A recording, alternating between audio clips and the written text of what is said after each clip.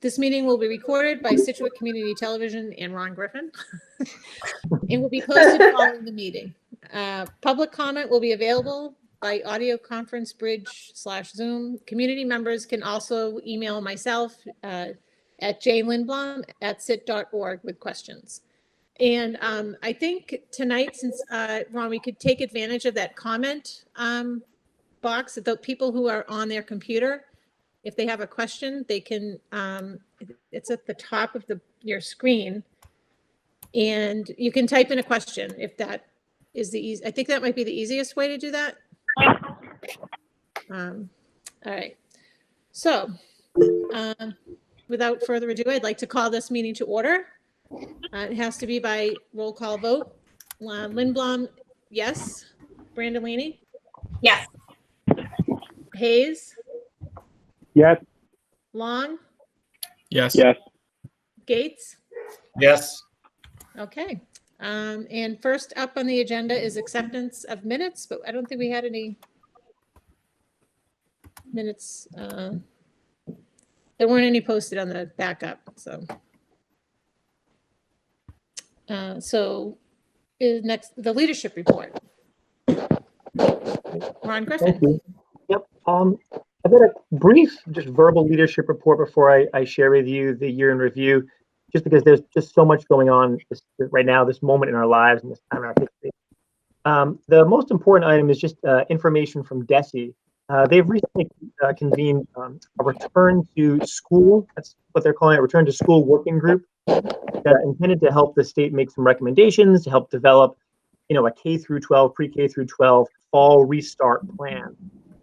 We're expecting that we're going to get some guidance from this return to school working group in the coming weeks on everything from, physical and virtual learning environments, teaching and learning in general, like operations and business, as well as, conditions for behavioral health, social emotional learning.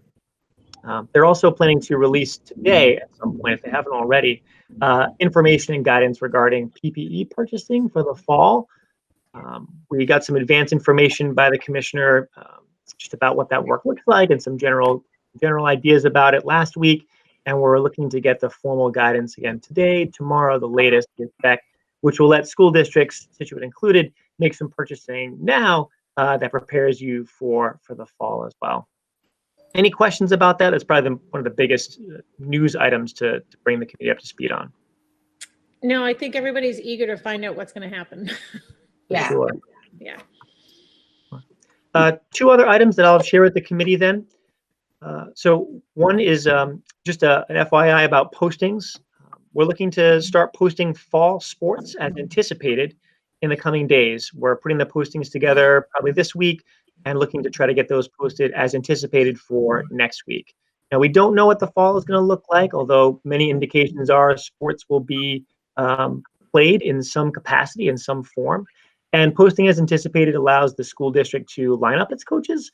But if for whatever reason there's a change in conditions, a change in the environment, regulatory change, whatever it might be, a change from MIAA, then we can make adjustments as needed as they're anticipated. Any questions about that? No, one thing, it's my case, Ron. I've talked to a couple of coaches, and I know coaches in other towns are discussing, and perhaps even the MIAA, as far as fall sports go, that one possible solution would be to swap seasons, to have the spring sports play in September and October, and the spring sports play in the fall, and the fall sports play in the spring, because most of the fall sports involve more direct contact. Right. I thought that was an interesting idea and a discussion to have as well.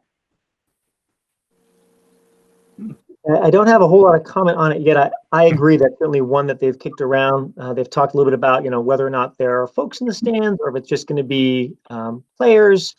There's just so many unknowns. And so, if we do post as anticipated, it gives the district an opportunity to say, oh, you know what, we have swap seasons, MIA wants to do this swap. We can hold off on, any of the hires for these anticipated roles and post for a new set of the spring coaches for the fall, if that's ultimately what, what the state wants to do with it. If the committee feels strongly, we can certainly hold off on the whole thing, but anticipated postings don't commit you to anything. It just gets the process going so that you're not behind the 8 ball if and when you do need to have this. Great, I agree. Right. The last item that I share with you is celebratory one. I'm excited to announce the hire pending the school committee's review and approval of contract of Tracy Reardon as the new Wampatuck Elementary School principal. A little bit about Tracy, if you just bear with me a moment. She's actually joining the Wampatuck staff after 21 years of teaching. She has her bachelor's degree from Westfield in elementary education, a master's degree in moderate special needs, and elementary education certification from over in Curry. She actually started teaching back in San Bernardino, California. She taught 3rd grade for a few years there, but she's taught in Plymouth as well, where she was a special needs teacher, 3rd, 4th, and 5th grade students. Most recently, for the past 5 years, Tracy has been the assistant principal over at the Vinyl Elementary School in Norwell. So we're excited to be welcoming Tracy on board in the coming months. And again, the committee will have that contract as part of your executive session later in our meeting.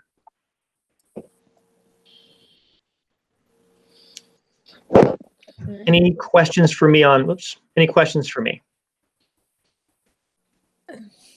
I don't have any. I'm good.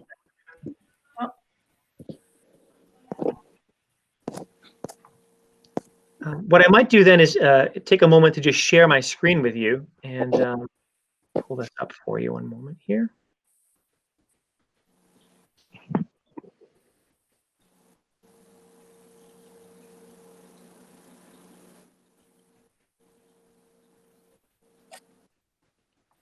So typically the second to last meeting of the year, we take a few minutes to just celebrate our year, and 2019, 2020 has been quite a roller coaster of a year. But I think despite COVID-19 and despite protests in our streets over the past few days, I think that it's helpful to take a few moments to just look back, see our year in review, and try to celebrate some of the really cool things that have been going on in our school. So if you bear with me, humorous for a few minutes, I'll do a brief year in review for Scituate Public Schools for you. So off the bat, a few items where Scituate is leading the way. For the 2nd year in a row, we have a Scituate Elementary School that's been acknowledged as a school of recognition here in the Commonwealth. So essentially a top school for academic performance, one of only 67. Last year was Cushing Elementary. This year is Wampatuck Elementary School. We also have a Massachusetts Teacher of the Year semifinalist, Adele McCarthy, a 7th grade ELA teacher, is currently a semifinalist for Teacher of the Year in the state. And we have a Massachusetts STEM Teacher of the Year semifinalist as well, Kathy Wilson, also out the Gates Middle School. In this case, one of our science teachers recently been notified that she is a semifinalist as a STEM Teacher of the Year in Massachusetts. A little bit about our year in review. It's compiled by our staff, our curriculum coordinators, our department chairs, school and district leaders. It's ultimately guided by our strategic plan's 5 priorities. And it just underscores, the tradition of excellence that we have for 2,085 kiddos. We have 5 priorities over 5 years from 2018 to 23. The first is focused on authentic curriculum. The second is the way we teach that curriculum, ensuring that all students can access it. Third is really our focus on social emotional education. The fourth is about the places and the locations where we teach education and the flexibility that we drive and strive to have. And the last is our commitment to, in community engagement, be it here in Scituate or internationally. So for each priority, I'll share with you just a few highlights from this year. When it comes to authentic curriculum, we'll start with some authentic learning experiences. Pictured there, you see our sports marketing class presenting at Gillette Stadium and 2 their marketing managers. One of our project-based learning units, and it's an awesome way for students who are interested in business to get their feet wet in a real life experience. Another great example is our DECA program, now in its 11th year, just shy of 100 members this year, with just under 80 of them competing for the state competition. Pictured there, you see a cool design from our engineering students. They had 2 different projects for their capstone this year. One group created this smart plug, and the other created, as part of a NASA contest, a mechanical rover that could be used to explore Venus and other worlds. This next one comes from arts. It's the second year that Miss Glover's 8th grade students have done this really cool art project where they not only develop and build packaging and products, but they ultimately donate those products to the Scituate Animal Shelter. Our English department has begun designing a new system for writing. It's really focused on unifying the vertical alignment of writing across our school district, and you can see their vision statement there. This is a super cool curriculum component this year. So our arts teachers across all 4 elementary schools piloted an art integration program. And it's really just about helping kids see the connections of art in all sorts of things, in math and science and history. What you see there is the art of constellations, right? So it connects science standards along with art standards. Just a really cool way to help kids better understand some of those tough, complex science standards and do it in a really interesting, creative way.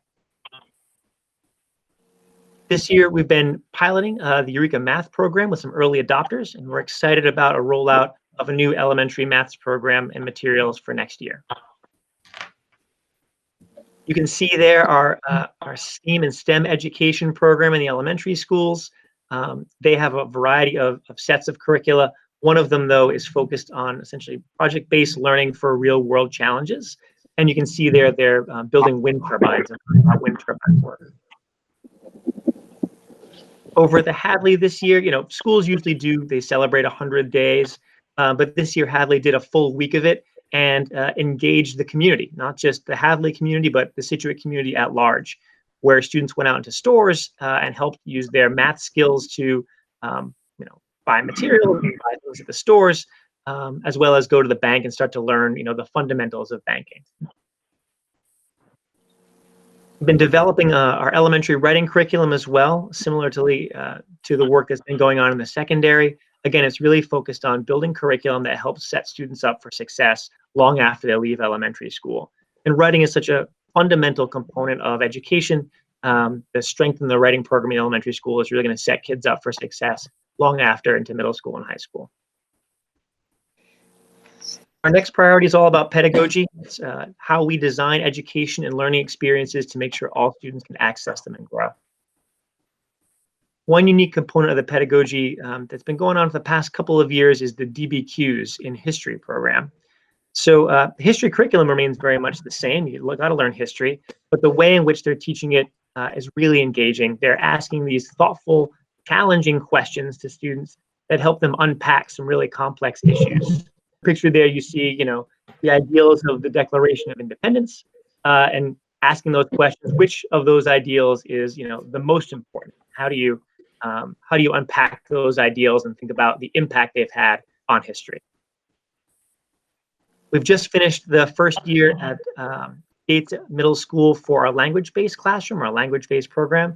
This is an extension of the language-based classroom that's over at the Jenkins Elementary School that allows our students with language-based special education needs to continue that education and continue those services through the middle school. Another cool new program is our Lighthouse program over at the high school. It's a program designed to support kiddos who are transitioning back to school after long absences or hospitalizations.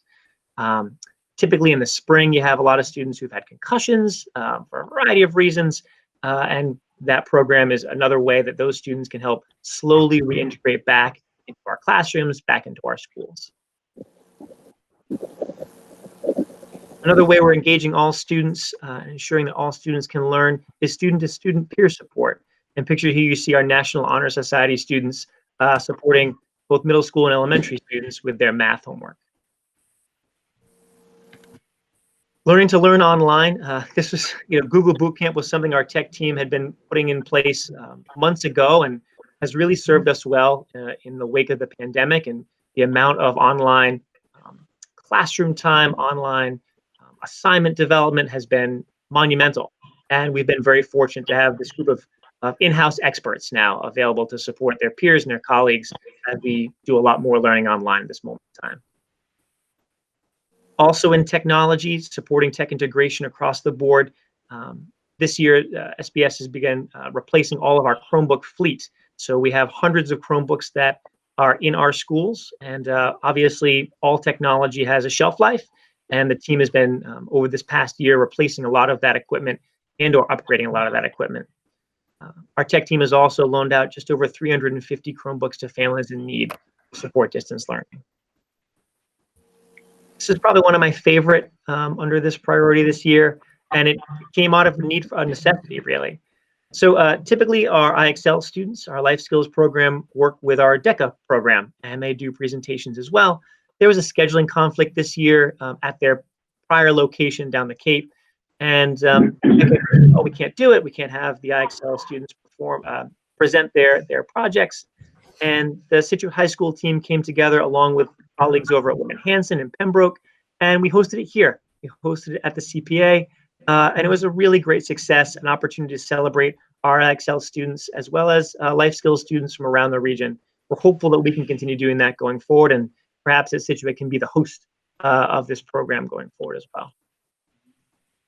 And lastly, pictured there, you see one of the most meaningful experiences for IXL is just hearing, their growth over time. And you see Dr. McGuire there presenting certificate for IXL students at the end of their time with us, at their 22nd birthday. We do this celebration with our IXL students and take a few moments to celebrate their journey all the way through to Scituate High School. Our next priority is really focused on social and emotional education. First, a little bit about professional development. Our focal point in PD this year was SEL. We had Dr. Nadja Riley as well as Flo Dickerson, our pair partners, come down, provide PD and social emotional development for our staff. We also had the DA, Timothy Cruz, as well as Plymouth County Sheriff Donald, present their work and the work that their office does and the supports that they offer schools to our teams. This is our first year with expanded school counseling, especially in our elementary schools. We have dedicated counselors in our elementary schools, and I think their work, not only supporting students in need and supporting students in crisis when their moments come up, has been helpful, but also taking time to get into the classroom and do a lot of that proactive work as well has been powerful for kids. Brains Matter is a cool awareness program that the middle school brought to our students. You can see there, middle school students holding real brains. And so it's this connection between the social emotional learning as well as the science that allows your brain to feel the way you feel. Our elementary team developed an early intervention for dyslexia, allowing all of our kindergartners to be screened in January. And the results of those screenings drove intervention groups and instruction. Pictured there, you see your Wampatuck students. This year's focus was really all about inclusion, and their One School, One Book initiative, A Boy Called Bat, really underscored that. They actually welcomed the author, Elena Arnold, via Skype, FaceTime, if you will, just share a little inspiration with the students and talk a little bit about those core values of inclusion. Music in all forms at the CPA this year was very busy. In February, they had their choral nights and evening of jazz. And even when COVID hit and we had to go to distance learning, they were doing collaborative performances of Pomp and Circumstance, as well as My Companion. These next two slides, I think, are even more apropos now than they were when we put this together a week or so ago. Starting these courageous conversations about race. You can see pictured there Dr. Jamil Adams joining high school students as part of professional development for both teachers and high school students to have these conversations about race in our country, in our society, and that impact that it has on all students, all children in our entire country. You also see there our playoff run that happens to be pictured as our hockey team. We also had a great playoff run with the basketball team as well. PBIS is a big component in all of our schools. Another highlight for the Wampatuck on this list this year. They had a visiting artist come down and just do this incredible mural that really highlighted the core values of the Wampatuck Elementary School, took input from all the, all the stakeholders, the kiddos, and took an opportunity to illustrate the conversations that kids and staff are having about inclusion, about welcomeness, about ensuring that all kids matter and all their voices matter. Our next priority is flexible learning environments. It's our focus in our work on ensuring that the environments that we teach and learn are conducive to that teaching and learning. Learning outdoors is a big component of education in Scituate. You see pictured there, the entire 8th grade class did this environmental science project where they cleaned up Pedagogy Beach for the Surfrider Foundation and took data on the amount of trash that actually piles up on our shores. You can see there Manomet Labs and Mr. McGuire actually releasing one of the birds, Cooper's hawk, while our students look on. This year we had over 100 students participate in over 30 different birding trips. Oh, that's awesome. Learning outdoors, our community garden, 5th grade teachers collaborated across the district to implement some new science labs that provide students more hands-on experiences and opportunities. And of course, learning at home is still a part of the environment that we're teaching and learning in right now. A really cool project that our wellness team did where all students created a family recipe cookbook. And I have some links on there that you can take a look at if you'd like to in your own time, where you can take a look at some of the recipes that kids came up with and videos that give you the how-to, everything from smoothies to quesadillas and pickles. Thanks to the support of SEF, we had English teachers this year piloting ListenWise. It's an online service that helps students assess and provide lessons on their listening skills, essentially. We continue to plan for future learning spaces. This year we submitted our second statement of interest to the Massachusetts School Building Authority with the intention of ultimately consolidating Cushing and Hadley elementary schools and building a new one in the future. Maintaining the environments we have, we continue with our facilities and capital plan, focused not just on maintenance and small-scale facilities improvements, but also on long-term planning. Last but not least, local to global community engagement. The climate awareness group over at the Hadley Elementary School. So this is a group of kiddos who took the initiative on their own, identified this as a priority in their lives and in the lives of the community at Hadley, and created their own club. They took the initiative, sold silicone straws and bracelets to raise money and awareness for the need of fresh potable water around the world. And they took on the Hadley Compost Project all on their own. A really great initiative for our students and really globally minded one in that. The Gates Math team hosted our first inter-school middle school math meet. And so like we have psycho football, we can also have psycho math meets that Scituate and Cohasset together. Again, an opportunity for us to collaborate across the borders in our region, and a really cool way for our kiddos who love math to show off their math skills and compete. We've got an incredibly strong Model UN program as it is. This year was no different. More than 50 students participated. 12 were able to attend that one-day conference over at the State House. And we also have McGill University Conference, where 30 students debate international issues really on the world stage. Some local engagement at Wampatuck. You can see that for Wampatuck's local engagement program, they have Read for People in Need. It's a program sponsored ultimately by the Ledger, and they bring community members who have specific skills to share with the kids. Transportation engineer Molly Dempsey was that person for them. Had the opportunity to visit with Miss Dorgan's 3rd grade STEM classes, talk to the kids about her work in transportation and traffic engineering. And essentially the program is designed to help give kids experiences around careers that they otherwise wouldn't have thought of, right? It's like the jobs that your guidance counselor never told you about. Our staff and students also had an opportunity to share projects to an international audience. Again, this year we had students and staff present at the Spark Wonder Technology Engineering projects over at Regis College and got to share some of their PBL projects there. We continue to focus on expanding global citizenship. Ms. Colangelo and Mr. Kovac represented Scituate Public Schools as part of a global think tank this year. They traveled to Panama to participate in a multi-day conversation about how we expand global citizenship here in the US and abroad. We also had 18 students head out to Costa Rica to connect their science skills and their Spanish skills. Miss Driscoll and Miss Colangelo joined Miss Lima on this trip this year, gave our students an opportunity to explore Costa Rica firsthand. Again, there's no way to avoid COVID-19 as part of our year in review. Proud of the work that our technology team, Ms. Matthews, and many community members have done, utilizing some of our technology and some of our equipment to build face shields and headpieces to support frontline medical workers.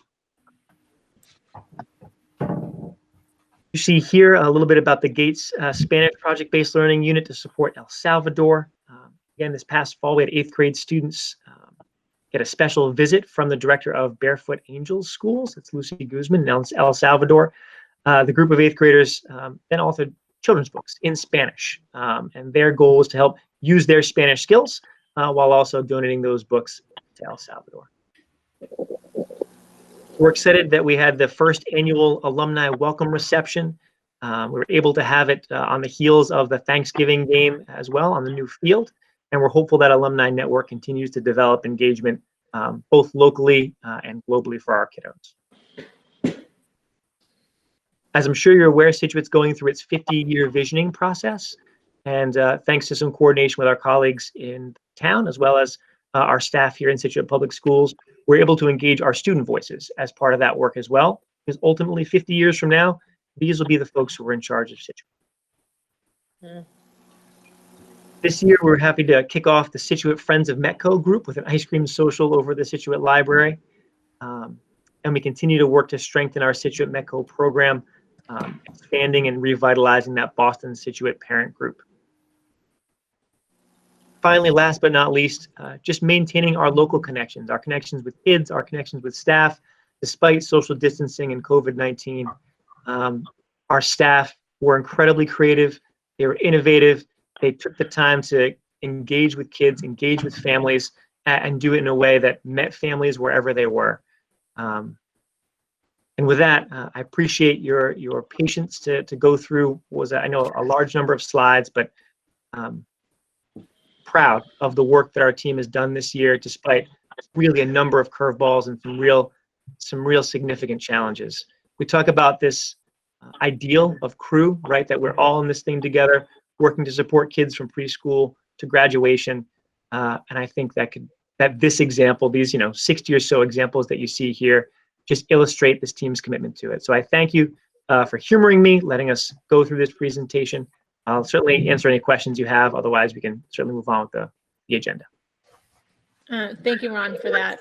I mean, we are, every school committee meeting, we're presented with, the students that come from the different schools, and you forget how many great things that we've been able to see, and a lot of them were in that report. So, so it could be a lot longer, all the good things.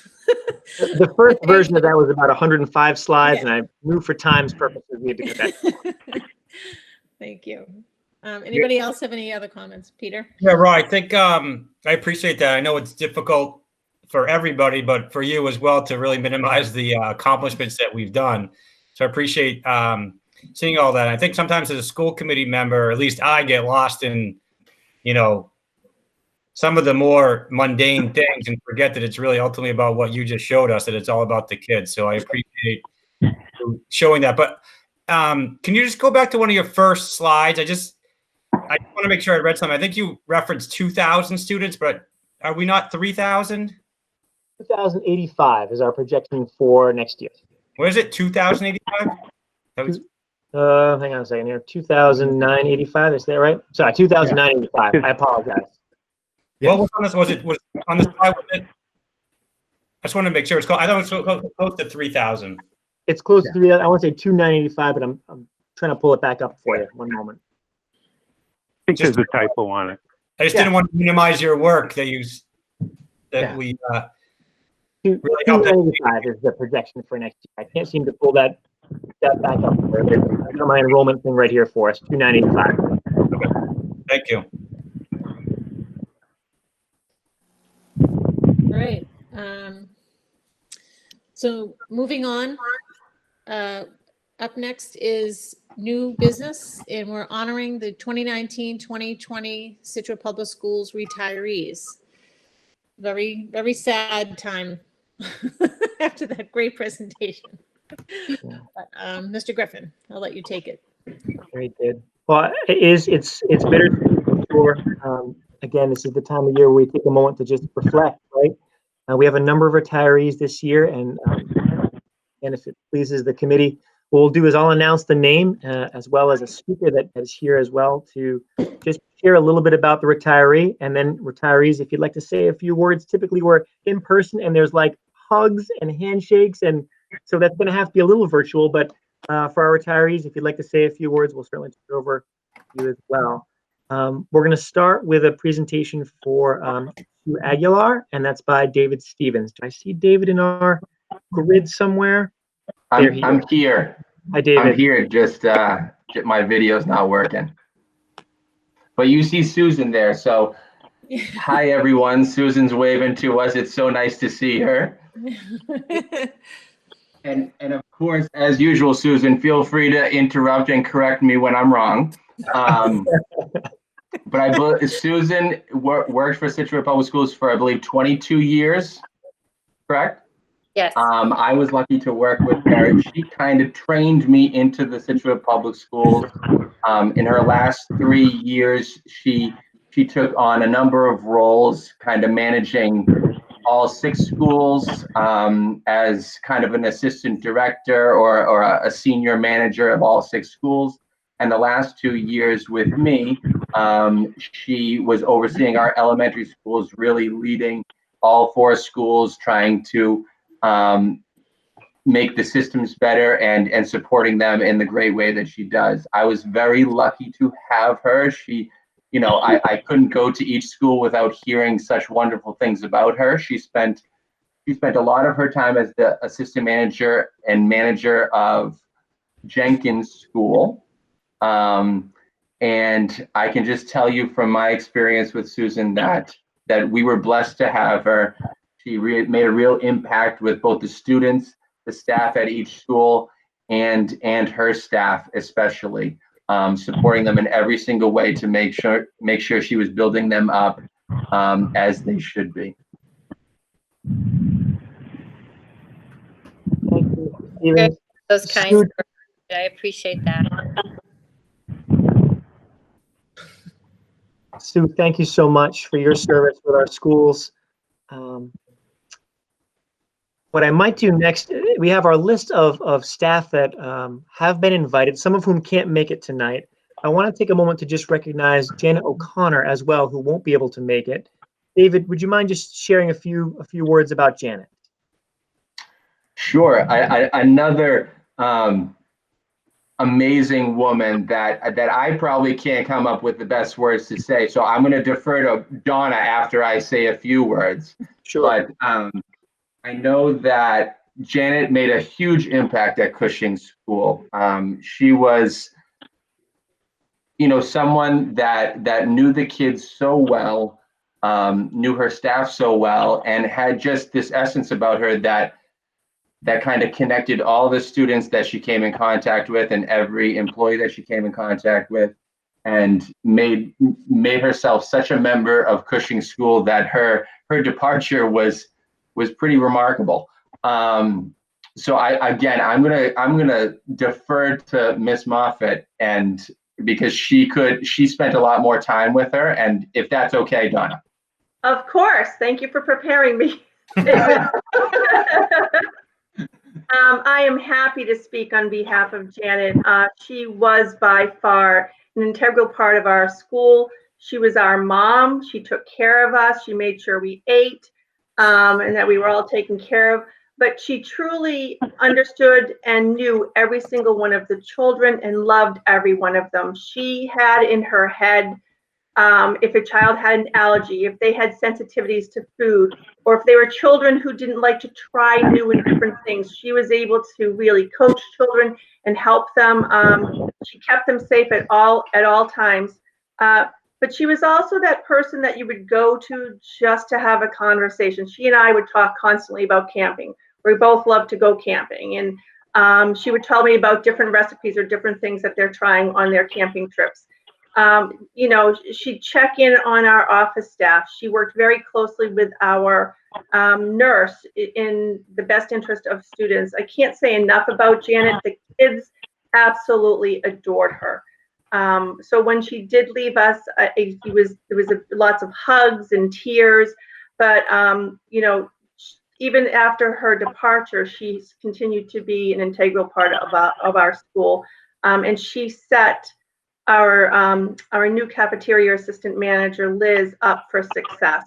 I can't say enough about Janet. She has been missed, but she's also still with us in heart and soul, because she's always going to be like a staple for us. So Thank you, Donna. Appreciate that. And while I have Donna there, I may continue to keep it with Donna. They'll help recognize Miss Lisa Ridge, who will be retiring after 17 years in Scituate. I have the pleasure of speaking on behalf of Lisa as well. Lisa Ridge has been a part of the fabric of Cushing School since 1991. When she became an involved parent when her son Bobby started kindergarten. All four of her children, Bobby, Caroline, Michael, and Julianne, all went to Cushing School. And as a matter of fact, Lisa has spent 18 years in the classroom, like the same classroom that two of her children attended kindergarten in. So she's been, I think it was Bobby and Caroline, I'm not sure. But they did kindergarten, and Lisa's been in that classroom since. So she's amazing. She's been an amazing colleague. The teachers that have worked with her and the paraprofessionals, all of our staff, can say nothing more about how caring she is. She really is that teacher who, no matter what child walks through that door, she finds the gifts and the talents of each of those children, and she's able to draw them out. She has set high expectations for students, but she's also helped them to recognize how they can grow and be the best selves.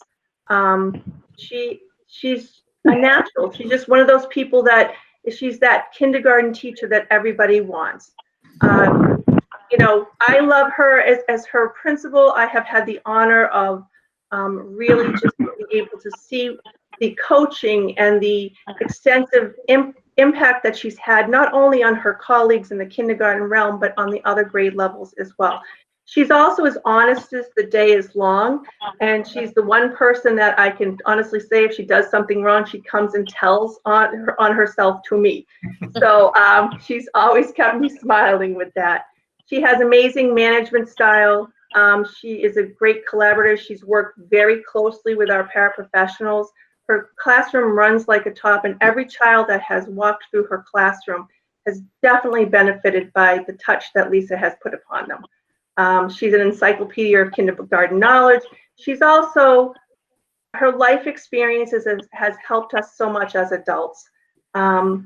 She's got true passion. She has lots of compassion, and she's always smiling. No matter what is happening, even through this distance learning, which is not her comfort zone, she continued to smile and to carry on. She's just a wonderful part of Cushing. She is definitely going to be missed. But I truly believe that she's leaving a legacy behind because she's coached and taught so many of our teachers to be their best self, that we will be able to carry on her legacy. So Lisa, you are the best, and I love you, my friend. Thank you. Thank you. I'm thrilled that I got to end my career with you. You've been amazing principal, and I wish you the best and how many ever years you have left. Technology is not my friend. I'm very grateful for Beth Monaco and Jackie Abdallah, who really, I have no idea how that stuff gets onto the Google Classroom. And as, I don't know, as a kindergarten district, we had our own, we did it all together. So we collaborated, and I'm only disappointed that I won't get to use some of the good ideas from all the other kindergarten teachers. And Nicole, I'm very sorry that I'm not going to be there for Bianca. I waited a long time. I know, I forgive you. I do not want this requirement at all, for the record. No, really though, honestly, one more thing about Lisa is that as many people remember, a few years ago, we had a very, very, very scary lockdown at Cushing School that was serious. And I could cry because her and I had a very little private conversation in the days afterwards. And I will tell you 100% that she was willing to put herself in front of those 5- and 6-year-olds. And it still emotionally affects me because my son was in there. And it was, she's an amazing teacher and will be very, very missed. Thank you. Thank you. Well said. Thank you all for that. Well said. I'm going to turn it over to Miss Whitney, who will take a moment to share some words about Kathleen Dempsey, who will be retiring after 20 years. Miss Whitney?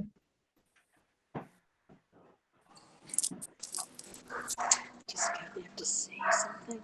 No. And of course, Linda won't be looking. Linda? Oh, you are muted, Linda, and only you can unmute you. Yeah, There you go. I'll start over. Sorry. Okay. My husband was moving around. I was like, stop. Okay. So Kathy Dempsey has this wonderful and homespun teaching career at Wampatuck School. She started out in room 25, and as a kindergarten volunteer, when her daughter Amy went in as a kindergarten student, and she stayed the next year in that room. Her son Andrew came. Andrew, I think, was a little less tolerant of Kathy not following some of the exact rules the teacher had as a substitute. So I think he might have given her more of a run for the money than Amy did. But anyway, Kathy survived that, and she did a number of other substitute positions for a while, one being a literacy tutor and working in different grades. And then Kathy has a great spot up in Vermont with her family, and she was up there during Labor Day weekend in 1998, and she got a call from the principal, the then principal at Wampatuck, Debbie Donovan, who asked her to come and teach grade 2 the very next week. So Kathy came on board and took on grade 2 with it, and did a great job with that, and then moved to a variety of other still positions, but went right back into room 25. It's almost like it's a honing pigeon. She just kept going back to 25. It was wonderful to see how she started and continued there. But in retirement, Kathy hopes to do things like travel and garden and help with her son's wedding and take many long walks on the beach. And she also hopes to start as she did 20 years ago, maybe volunteering again in room 25, or who knows, maybe substitute teaching too. So what she shared with me that she misses most about kindergarten is the wide-eyed curiosity and innocence of 5-year-old, and the respect and graciousness of her colleagues, as well as a real love of the job. When you went into Kathy's room, it felt like a living room. She really connected with those kids as if they were hers, and there was a really natural conversational back and forth with the kids that was very reassuring. We wish Kathy the very, very best in her retirement, and we thank you, Kathy, for your dedication to these 5-year-olds over all this time. I really think we need a plaque on room 25 for you, and we just have wish you lots of blessings in that retirement, and I know that you will be missed. And again, I think you're some of the things Kathy did was come to meetings, always ready to share her great baked goods and talk about some of her experiences over the weekend and up in Vermont. She's a great friend to a lot of people at Wampatuck School. So we wish you well, Kathy. Thank you, Linda. Yay! Thank you. I have a funny feeling there's more people there than Linda. I think so, Kathy. Thank you. Absolutely. Thank you. I'm happy we can't see you because I'd probably start crying too, because she had all three of my kids. I sure did. Henry, who graduated this year. Woohoo. And yeah, I was just, I know we could never say to the principal who we wanted as a kindergarten teacher, but after Henry, I was like, always fingers crossed. So Thank you. I appreciate that. very, very lucky. So I wish you the best, Mrs. Dempsey. Thank you. And give me and Nora and Rose. Thank you, guys.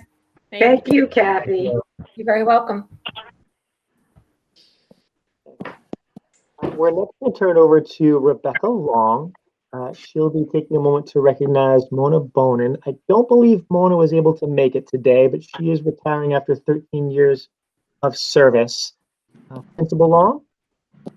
Hi, everyone.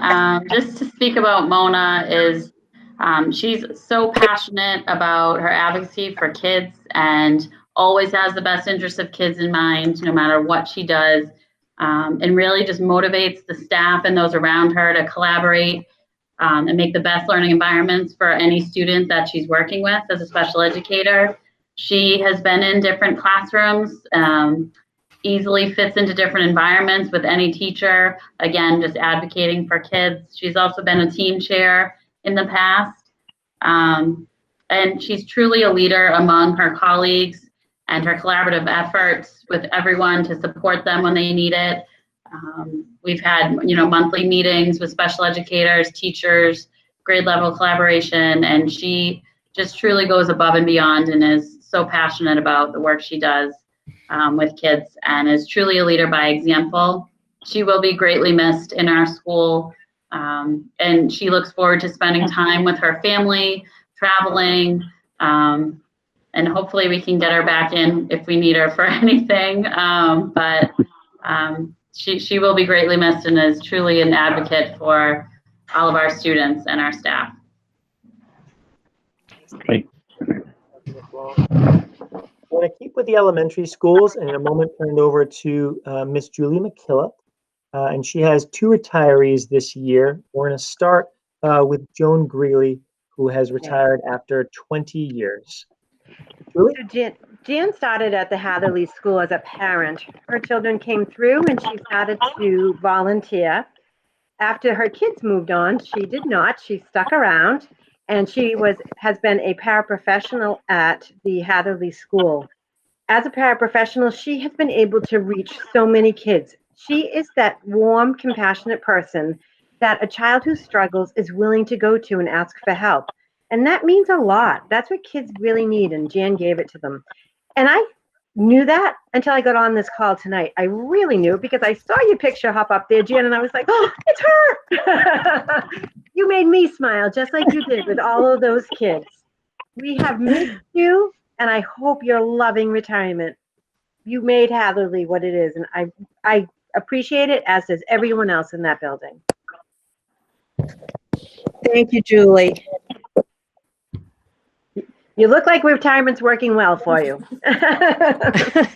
Well, I retired at the beginning of March, but I feel like I stepped from Hatherley School into the twilight zone here. That is true. A lot of gardening. That's about it. Oh, same with Hatherley. Yeah. Thank you. Thank you. Thank you, Miss Julie. And we're going to keep with Miss McKillop, who'll be recognizing third grade teacher, Miss Gail McGrath, after 20 years also. So Gail started at the Hatherley School in 2000. She came into the school as a fourth grade teacher and then transitioned to a third grade teacher. As a third grade teacher, she really established engaging opportunities for kids. And many of those opportunities are traditional already and will remain as Gail gets to go off and retire. This year, or I would say the last couple of years, even more so, Gail has been part of the instructional leadership team, and they are people that really have helped with moving PBL forward at the Hatherley School. We could not have done that without Gail's involvement. She has not only impacted the kids that sat in front of her in her classroom, but all of the kids at the Hatherley School. And you will be greatly missed, Mrs. McGrath. Thank you. I appreciate all the kind words. I could go on if you want me to. No, that's okay. No, then you really make me cry. Oh, No, it's been a privilege and an honor to work with so many talented and creative people. It really has, and especially at my home school of Hatherley. This is certainly going to be a year I always remember as the one I chose to retire from. But thank you for the recognition. I appreciate it, and I will miss you all. So be healthy, be safe, and thank you very much. Thank you, Ms. McGrath. Thank you. I'm next going to turn it over to Mr. Donlin. We actually have two different drivers who are retiring this year. Our first driver, Ms. Karen Mcdonald, retiring after 19 years. Mr. Donlin? Yeah, Karen came to us 19 years ago. I've known Karen since I started back here as a school business officer. And whenever Andrea and I or Diana or anybody would go through the list of our most vulnerable students, obviously our special needs students, she used to drive a van for us. We would always look at each other and go, Karen, Karen. So we knew exactly which kids were going to go with, which one of our students were going to go with Karen, because she just had a way about her. And it was always, these were like her little family. And when she did retire, she did have to, for family in the middle of the year. And she did not like it, but she had to do that for the family. So she was missed back in December when she retired, and she's missed now. So Karen, thank you very much. I don't think Karen could make it. I'm just trying to scan all Right. the boxes on my screen. Do we see you at all, Karen? I don't think so. I don't want to miss anybody. Right. Thank you. And Paul has one other driver, a bus driver, Sue McRae. Paul, after 19 years. Yeah, Sue McRae, also 19 years. They must have started together 19 years ago, the two of them. But Sue, just quiet confidence. You never had to really say anything to her. You always knew that if you got her as one of your bus drivers, your kids were going to be safe all the way through. If you had an athletic run on a Saturday or Sunday, Erica needed to have somebody to do that. Called up Sue. Quiet confidence. Whenever she came into my office at the beginning of September, I think it was, when she had to tell me that she was going to go again, family first, to go up to the North Shore to move with her family. She was a little upset about it, but we understood, and just that quiet confidence that she always had. And we missed that all the way through the year. And I know Erica did, as well as we did too. So we miss Sue, and we hope she's doing well up in the North Shore. Well said, Mr. Donnelly. In a moment, I'm going to turn it over to Mr. Ryan Beatty. He'll be recognizing one of our paraprofessionals who's retired at the middle school, Miss Patricia. Mr. Beatty? Sure, thank you. So for 21 years, Patty Fritz has blessed the classrooms and the hallways of Gates Middle School. As an instructional paraprofessional, Patty was charged with providing accommodations to students with special education in the regular education setting. With her support, students have met extremely high expectations and have grown tremendously. When speaking with Patty's colleagues, they shared with me that the first words that come to mind are kind, knowledgeable, quiet, and genuine. Her colleagues miss her tremendously. I miss her tremendously. And I think the greatest gift that Patty brought was Patty was the person on our staff who was able to see things in students that sometimes other people weren't able to see. And she was able to bring out the gifts that exist in all children. And she just was a very incredible person to have on our staff. She inspired me, she inspired her colleagues, she inspired her students, and we wish her the very best in her retirement. She started her retirement in March. We miss her greatly, and we wish her all the best. Thank you. I'm next going to be turning over to Dr. McGuire. There are 3 retirements at the high school, and we're going to be starting with Miss Virginia Lima after 33 years. Dr. McGuire? So in 33 years, Virginia Lima has become a hallmark of Scituate Public Schools and the high school in particular. In her distinguished career, she has imparted knowledge and the love of Spanish to thousands of students and has been the driving factor in the Spanish exchange program, giving hundreds of students their first experience abroad to open their minds to the wonders of other language and cultures. She's generously contributed her time and talents to the betterment of our profession. She's mentored teachers. She's been the high school representative for SHORE and SEA and the administrator of the Sunshine Fund, which is no wonder because literally Virginia exudes sunshine.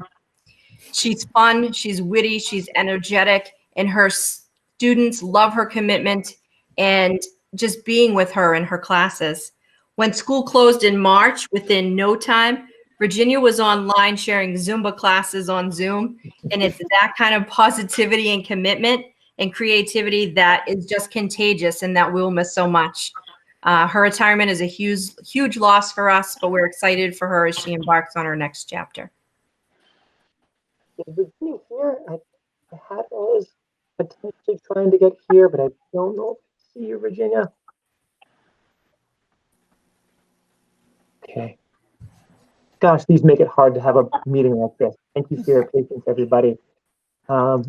McGuire will continue with Dr. McGuire to recognize Pam Molinari after 13 years as a paraprofessional. Dr. McGuire. So Pam's been an SPS as a paraprofessional for 13 years, and for 7 of those, she's been a dedicated job coach in the IXL program. Her enthusiasm for the arts, for sewing, for gardening, for all of those creative activities have brought a wonderful flair to the program and helped her forge strong connections with our students over the years. Students and staff in IXL especially will miss her, but we're really excited for her to begin a new chapter with both her family and working at the Launch community-based day program in Hingham.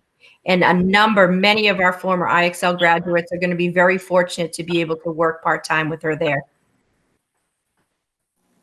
Thank you for that. And last but certainly not least, recognition of Mr. George Sullivan after just 20 years. Dr. McGuire. George is another staff member who for almost 20 years was selflessly committed to his work and the students and staff of the high school. He took so much pride in being able to support our needs and maintain our buildings for academic and co-curricular experiences. He definitely had a special connection to our student athletes especially.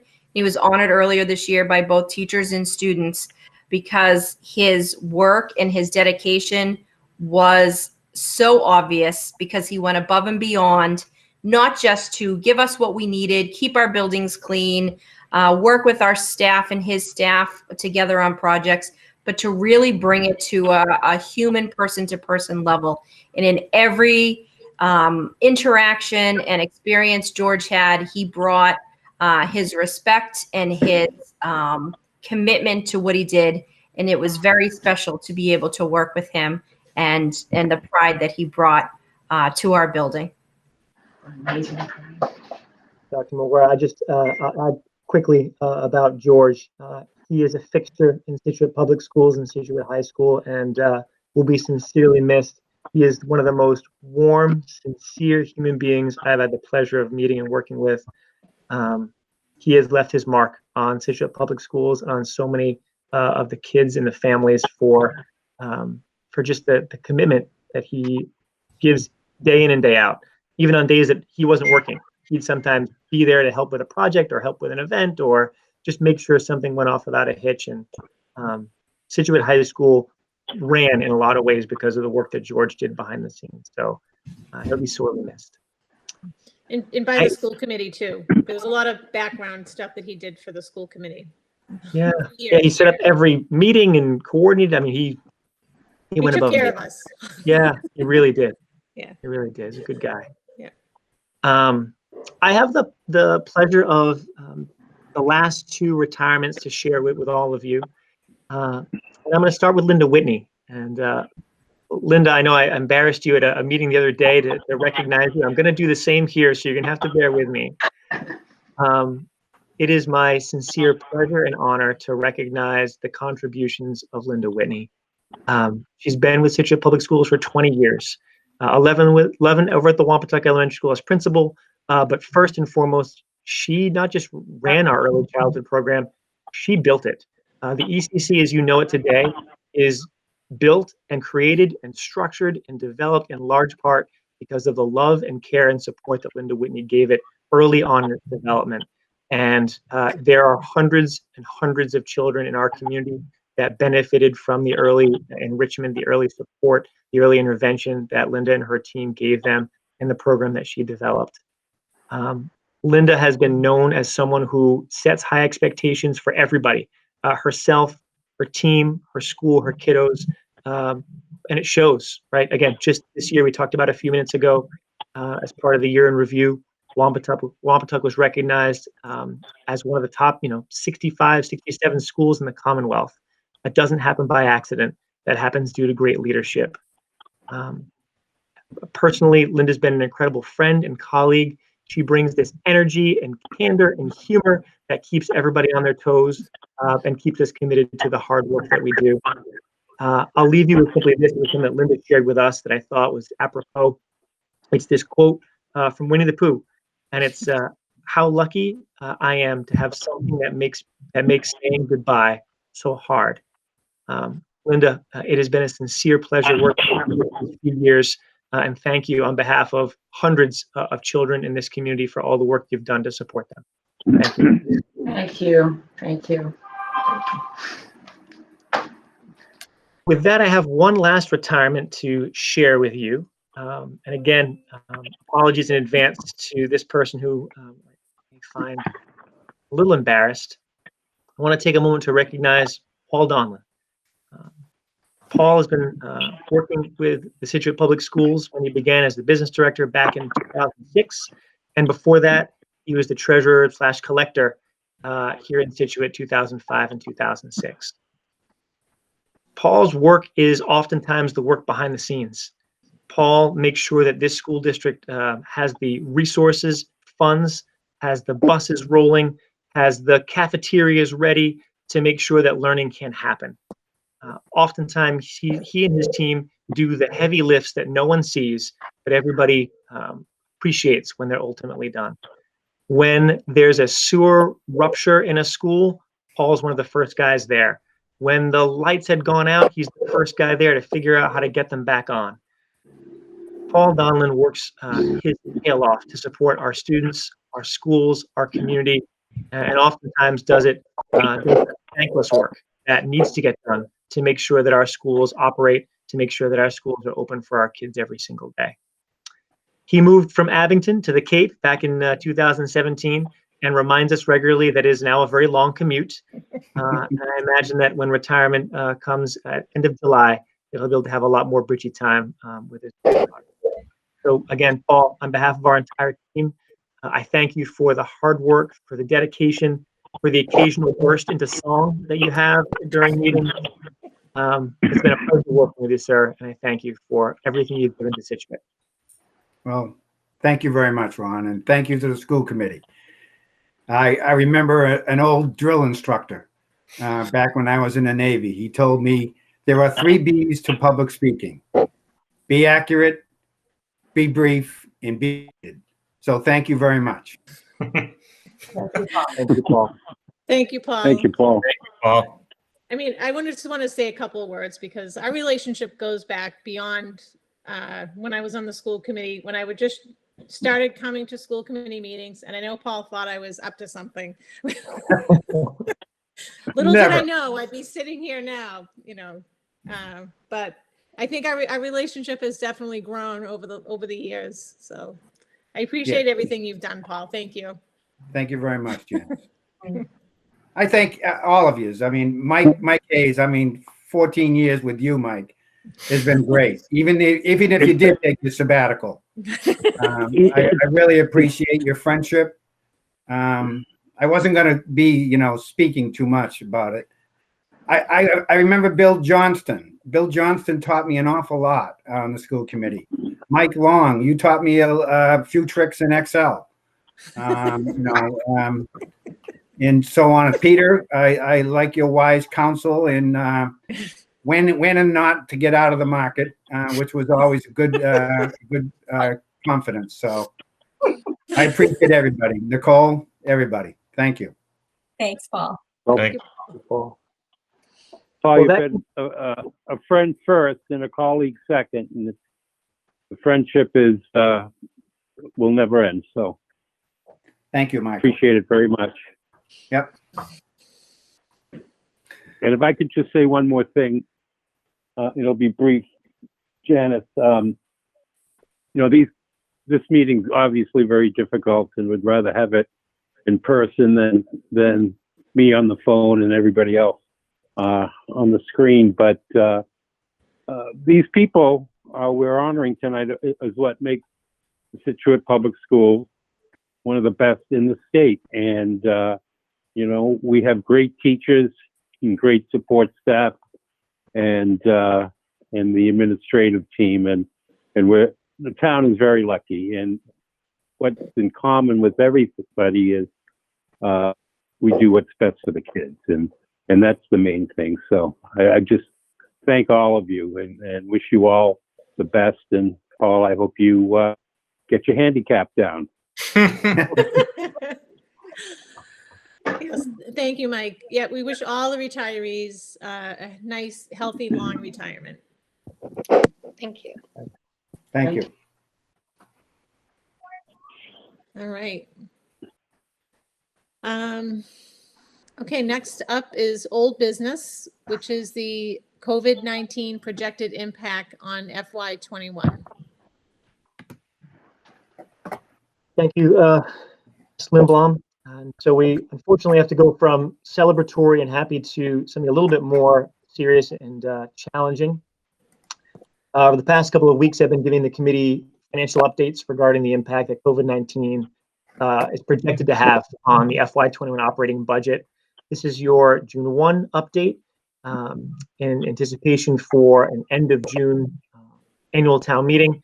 I expect that on June 15th, we'll be able to have proposed amendments to the FY21 budget based on some of the data that I share with you here today. I'll give you a brief tour of where we stand right now. Here's what we know to this point. It looks like Massachusetts is projecting about $6 billion in revenue gap due to the economic impact of COVID-19. That's per the Mass Department of Revenue. They expect that tax receipts are down by about 25% across the board, and the numbers are still coming in. A few weeks ago, back at the beginning of May, we brought together the Financial Forecasting Committee. And again, it's comprised of Board of Selectmen, school committee, school district leaders, as well as town leaders, and took an analysis of the possible impacts that COVID-19 would have on FY21. We identified about 4 models that we looked at to project where that economic impact would land for Scituate.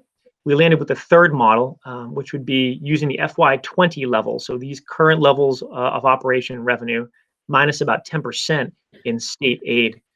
That results in a revenue loss for Scituate Public Schools of $999,895. So just a few dollars short of $1 million short in revenue for FY21.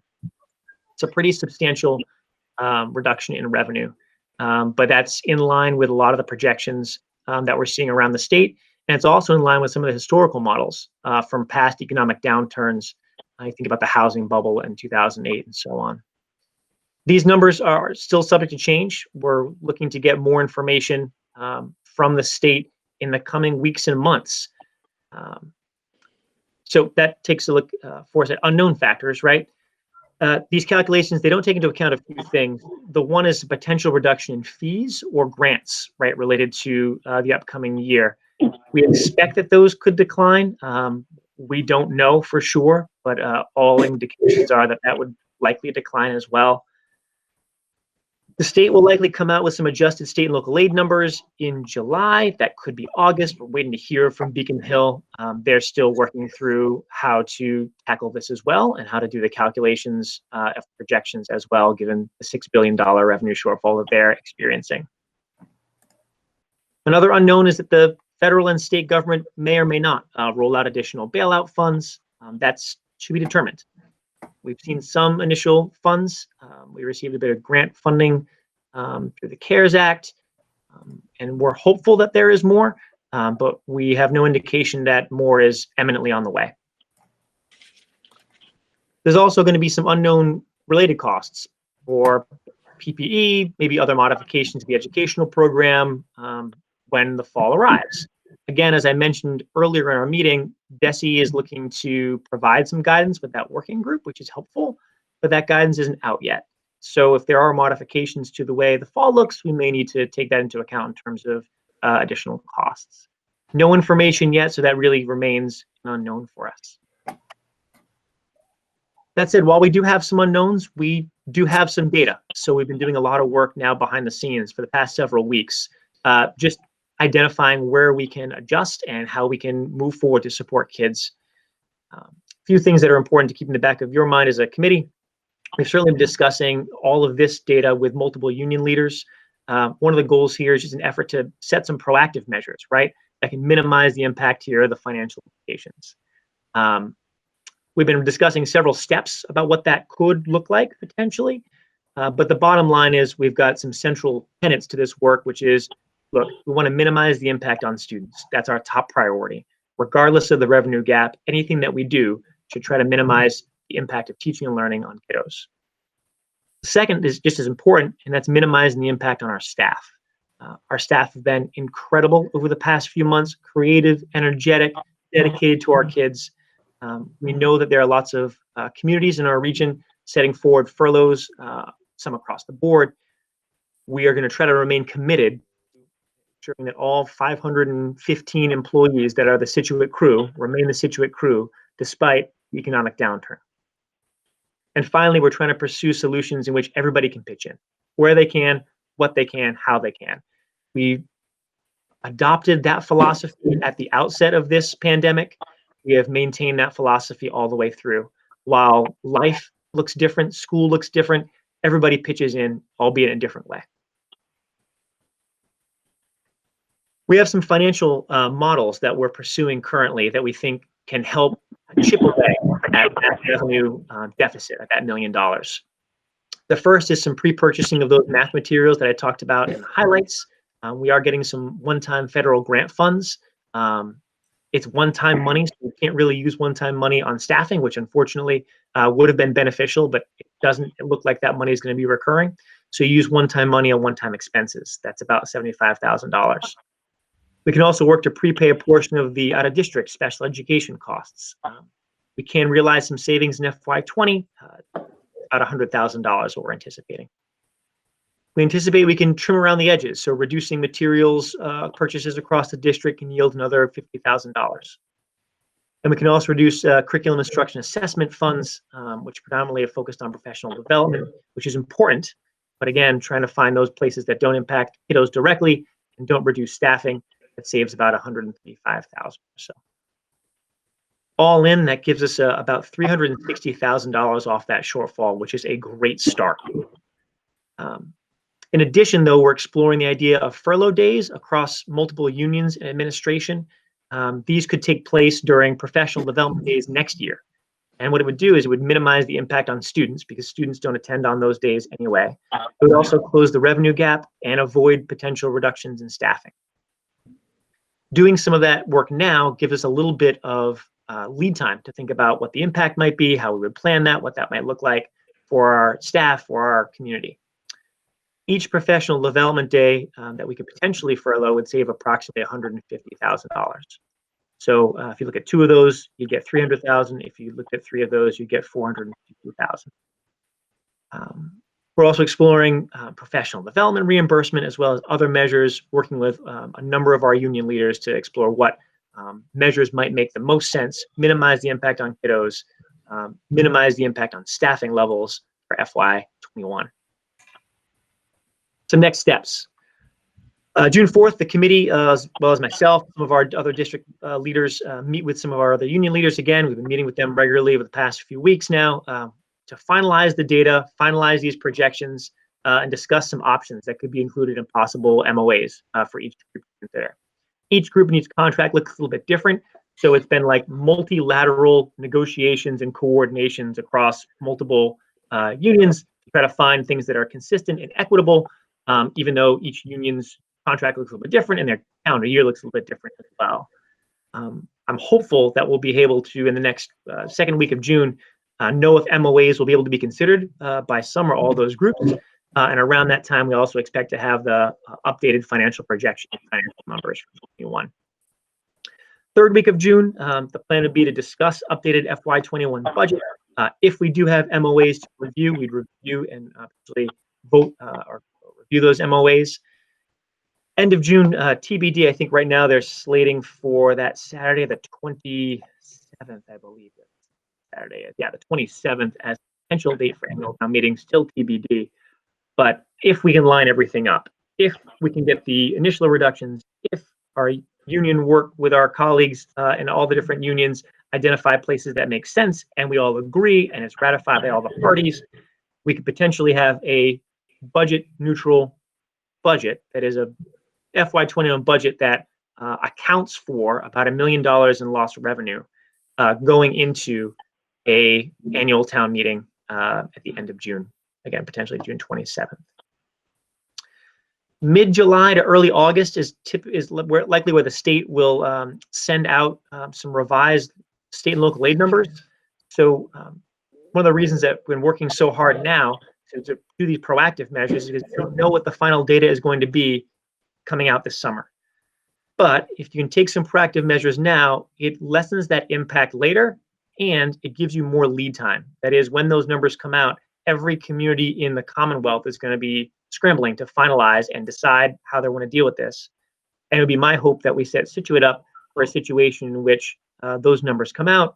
If they land somewhere around that model, you'll be very close potentially to simply continuing on with your planning for the fall, because planning for the fall is going to be a challenge in and of itself outside of financial implications from COVID-19.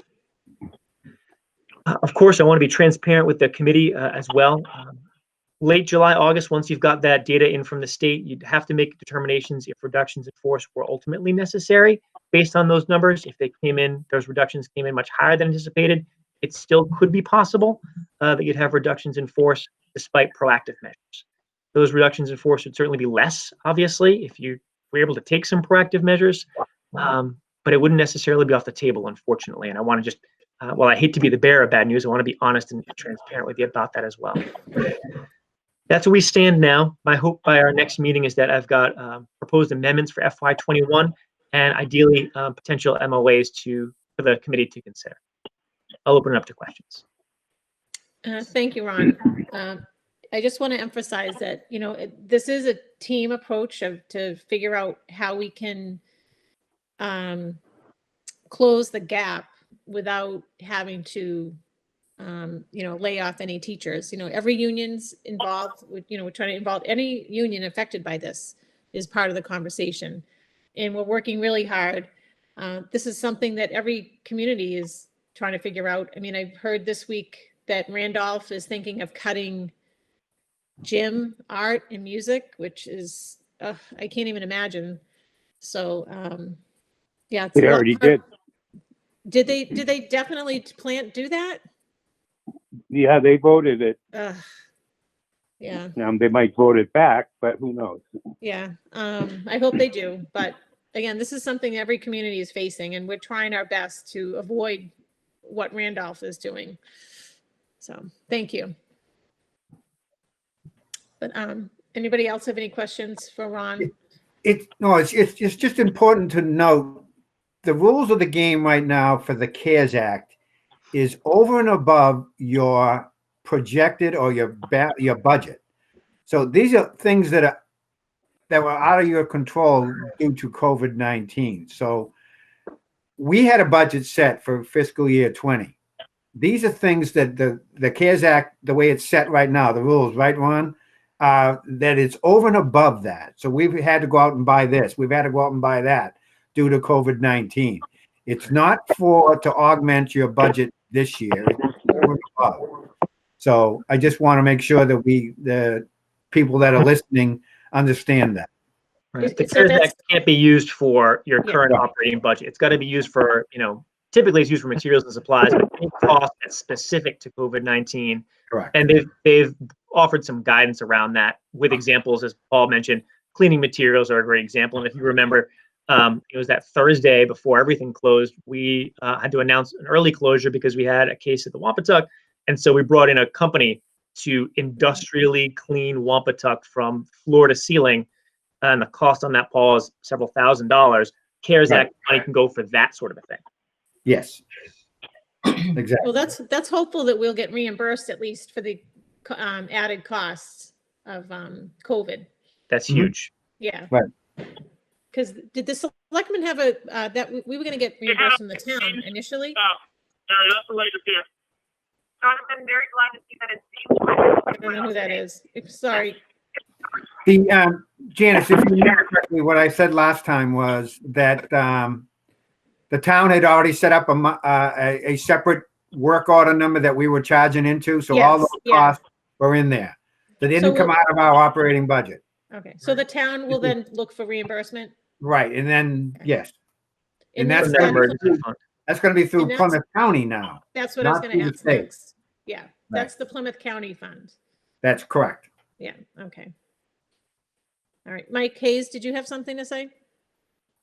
Well, I just had one question. I think, Paul, last meeting we were going to look at or see if we had the current figures for the stabilization fund and free cash. I didn't know if you had those figures yet. I did send the school committee that information. I believe it's about yes, about $300,000 or $400,000 will be at the end after the special town meeting before the annual.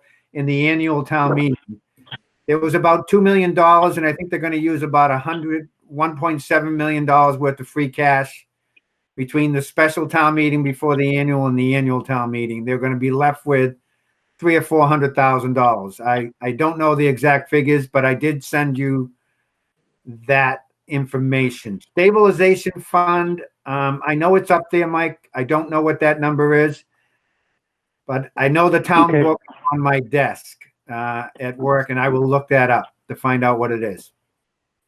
Okay, and I'll call you because, again, there are numerous emails that my obsolete iPad don't accept. So, okay. I'll be getting a Chromebook this week, but so okay, thank you. And I just wanted to just say, I wish everybody good luck going into the meeting on the 4th.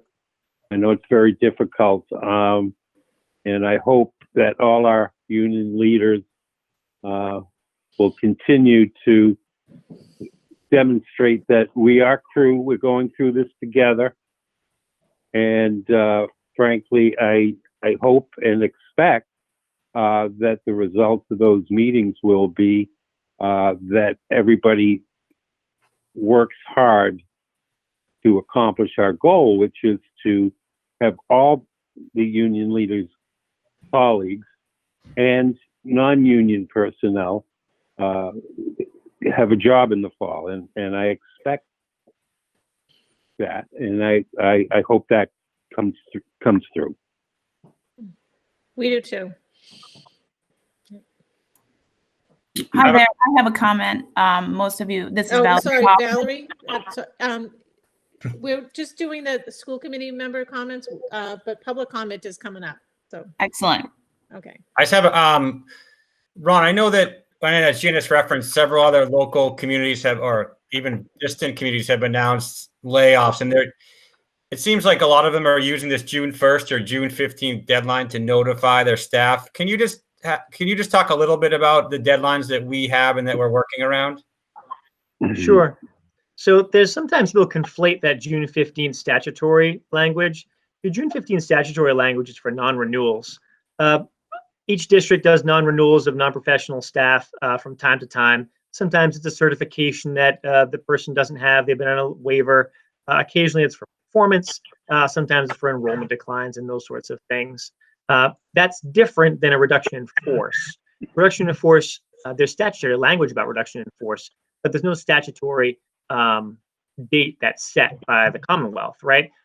Your contracts don't have dates for them for reduction in force, which is helpful here in Scituate because the data that you're going to receive isn't going to occur yet. So all these districts who may be announcing potential reductions in force or already triggering reductions in force, while I'm not expert in any of their individual local contracts, may very well have dates set in their contract that require notice for reductions in force. Similarly, that you'd require notice for non-renewals of non-professional status teachers.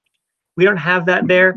And so unlike some of those districts, we can continue to do this good work with our administrative team, with our union leaders, to try to explore solutions without preemptively having to send notices out to potential folks who have been reduced in force. And if a solution is found, only then to ask them to return to work later. Okay, I think that's very helpful. I know that June 15th date was flying around out there, and I know that other districts have referenced it. So thank you for that clarification. I think it puts the district in a better position theoretically. I think it's helpful for people to understand that we're not necessarily up against the timeline per contract. You're correct. And I think the other thing that just is helpful on a human level, and I know this personally, my first couple of years as a teacher, myself and like 50 people got pink slipped every year. And after the second year, my department chair came to see me and was like, oh no, this is just what they do. They just pink slip a bunch of people. And then when the budget gets settled, they ask you all back. And yes, that's a way to operate. And if you have to, you can. But man, that's a tough signal to send your team that this group may or may not need to be here and we'll sort it out in the next few weeks. And so I think Scituate is poised to be in a better spot to continue with that ideal of like, we're going to work together. We talk about this ideal of crew. We live it, we breathe it, we mean it. And if we have to do reductions in force, we certainly can, but we're not constrained to do it preemptively. And I think that's beneficial. Great, thank you. All right, any other school committee members have comments or questions for Ron? Thank you. Ron, I just have one. Yep, go ahead, Mike. Sorry. I'm assuming we're not the only department in the town that's facing this budget crunch. In talking to the TA or the Board of Selectmen, are they looking at anything, either like a short-term loan for the town to try to help fund the budget for next year, or is that still up in the air? I'm not aware of any short-term loans. It may just be something that I'm not necessarily aware of. Back to Paul's point about utilizing some of the reserves, I think that seems to be the strategy that's currently being employed, is to push down on some of those reserves a little bit more. I can look into that, but it just hasn't been something that's come up in any of the financial meetings. Paul, do you have any other insight on that? No, it's like you said, push down on the reserves that we have. Yeah. Like Mike talked about, the stabilization fund, free cash, those types of things. Yeah, I'll look at that though, Mr. Long. It's an excellent question. I'm sure they've explored it. I just haven't explored it with them to see what that homework has been. I can take a look at that for us. Right. Okay, I haven't heard anything. I was just more curious what the town was trying to do holistically, as opposed to just the school department. And I agree with Mike. It's a question that needs to be asked, certainly. Ron, aren't we going to have another financial forecasting meeting? Yeah, the goal would be to have one more FinCom before you have annual town meeting. I know they're still working on the finalization of that date. I don't believe it's been finalized just yet. And so once they finalize that date, then they'll back into a date for FinCom where we'll look at those models again. Maybe there's new data out from the state by then. Like there'll still be a lot more data points for us to analyze by that point. So no timeline for the FinCom, but next couple of weeks.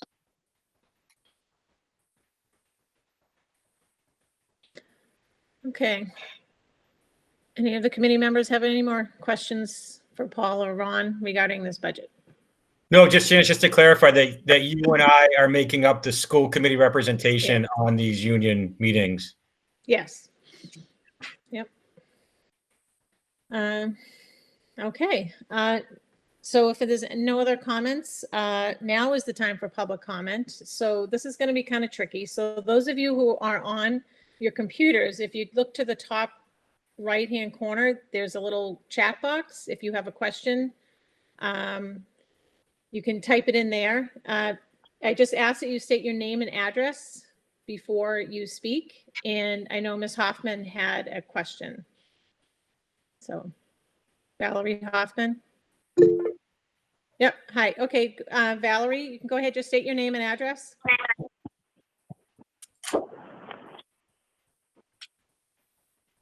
Is she muted? Valerie, you may just need to unmute yourself. If you're on your computer, it's the bottom. So center area, it's got a microphone. If you're on your phone calling in, *6 will mute and unmute your phone.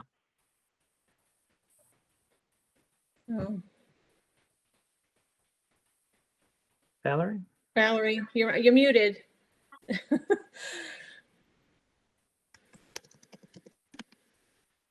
Oh, she can't unmute. Can you unmute her, Ron? I cannot unmute people. I can only mute. So you have to be able to unmute yourself. Valerie, if you are on a computer, sorry, everyone, bear with us. If you just scroll your mouse in the bottom center of your screen, you'll see 3 icons. It'll be a microphone, a phone, and a camera. You just click the microphone from to clear, and you're all set. Yeah.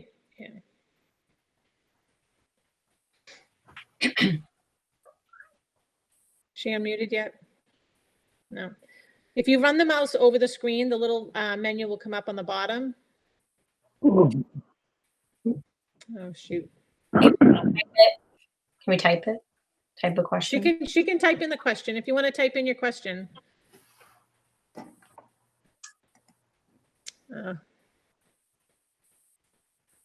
Shoot.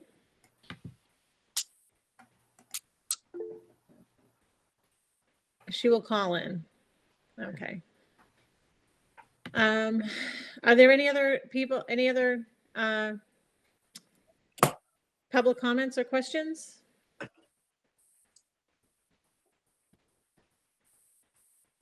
Again, *6 if you're on a phone. If you're on your computer, you just hover on your little microphone there.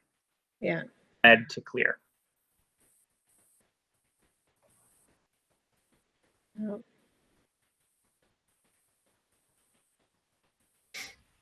Okay. Maybe while we're waiting for Valerie to call in, I will go over correspondence.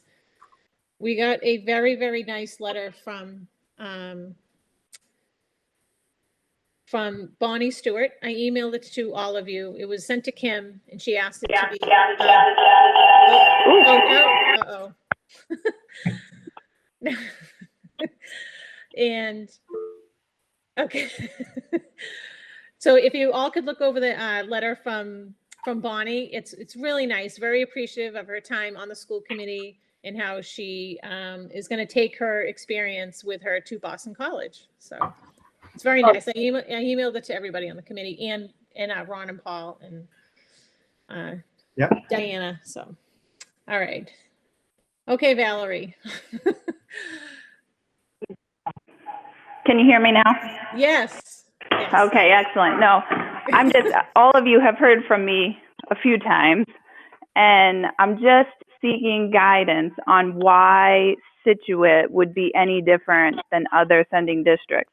And I think what's fired the fuel among a few people on the perspectives page is that not many folks paid the last payment of kindergarten tuition. So how is that justifying the salaries? We all love Scituate. Nobody wants any teacher to be, let go or furloughed. But I can tell you, I work in corporate America, and unfortunately, due to COVID, we have let people go. It's a nature of the beast. Are we going to bring them back? We hope so. But I just don't think the committee gave clear enough answer to make the community feel confident. So I'm looking for some more guidance there. Well, I mean, I can speak as to why we didn't furlough anybody. We're, you know, the teachers are still teaching. They're, you know, it's not the So most are the other ideal. districts. Yeah, I mean, they are still teaching, so they are still doing their job. So we wouldn't necessarily furlough them. Right, but the response I got was that the tuition isn't being reimbursed because you need it for the salaries. It goes, the FDK tuition goes towards the salaries of those FDK teachers. Correct. Yes. But I know I am personally aware of many folks in the community who did not make that final payment and do not intend to. I know, and that was something we wrestled with. I mean, it was discussed at the last meeting. You know, what do we do? You know, because that's not fair to the folks that did make the payment. Paul, you want to speak on that? Just I signed off on, Ron approved the letter. Remember I said it was going to be kinder and gentler. And Ron approved it last Thursday. I signed off on the letters and they're going out tomorrow. That's the letters. the letters to for parents. the last payments. They're going out. We had just set it up for Tuesday because that's when my administrative assistant's in that day. Yeah. So it was just the way it's going to be, you know. So. I mean, we hope that people understand that, you know, that the tuition does go towards the, you know, the salaries, and we understand it's tough times, but, you know, that tuition money does pay the teachers, and they would be willing to pay it even though they're not technically in the school. Right. It's a harder pill to swallow just because of the fact that half day is never paid and they're still getting the same distance learning. True, but I mean that the half day, we had 10 kids in half day kindergarten. Right. I'm sorry, Nicole. Sorry, I thought is there like 6 kids or so in half day right now? Next year is going to be much smaller, but I think this year it was. Ron, how many kids did we have in half day? It was 4. small amount. I mean, it was under 10. Yeah, I want to say you had 6 students. I can double check your enrollment numbers, Yeah. but I think it's 6 kiddos for half day this year. So there were six parents that didn't pay, that wouldn't have to pay the tuition. Right.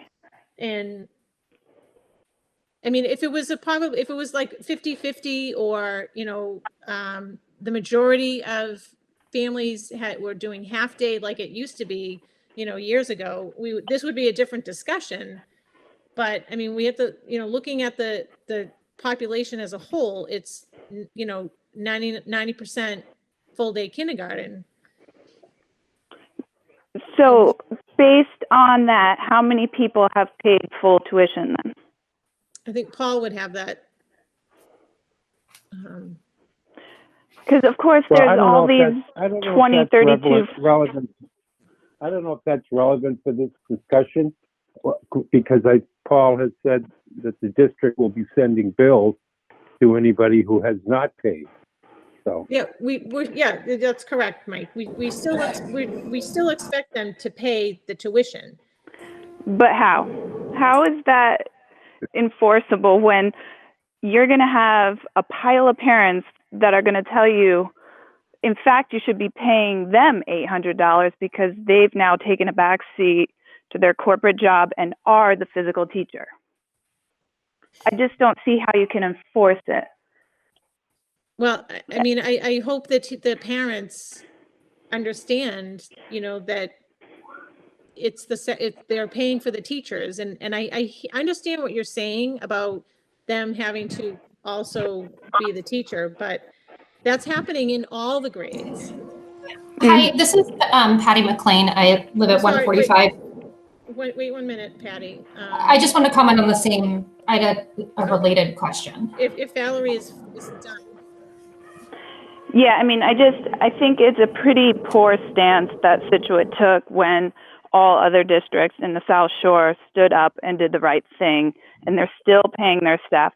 There's still Google Classroom. They're still Zooming. There's still social distance learning. It's all the same, but they paid back their kindergarten payment, that last payment. and I've talked to these committees. I didn't come to this meeting blindly. Trust me. Mhm. I've done my homework. I am a researcher. That's what I do.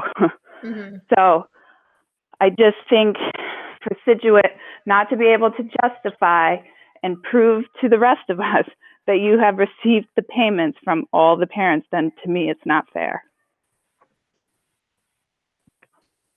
Because I know people that have said they're not getting that payment from us.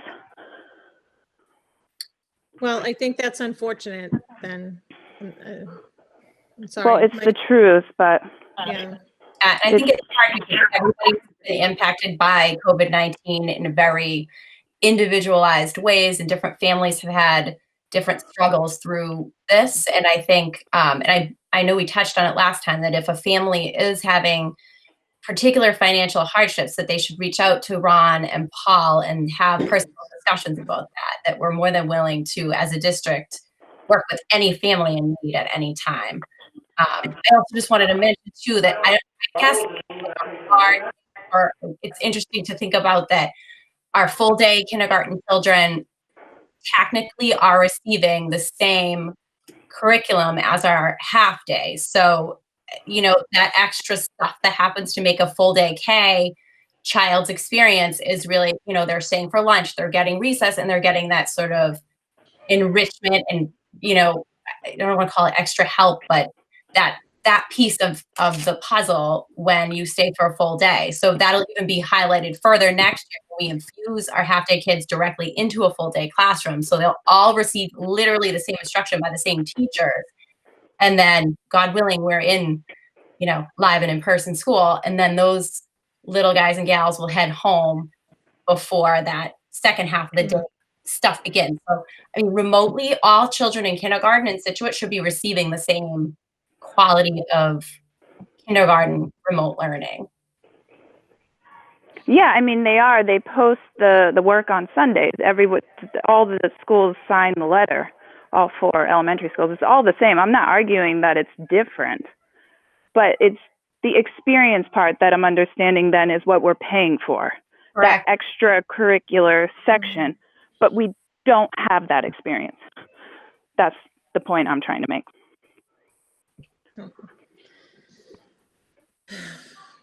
No, I hear you. I do. It's a difficult one. It is.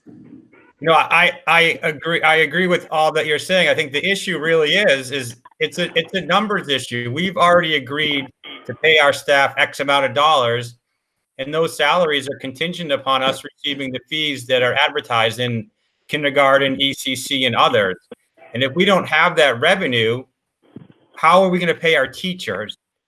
I'm not disagreeing that it's necessarily unfair, but we've already set our budget based upon receiving those salary, those tuitions.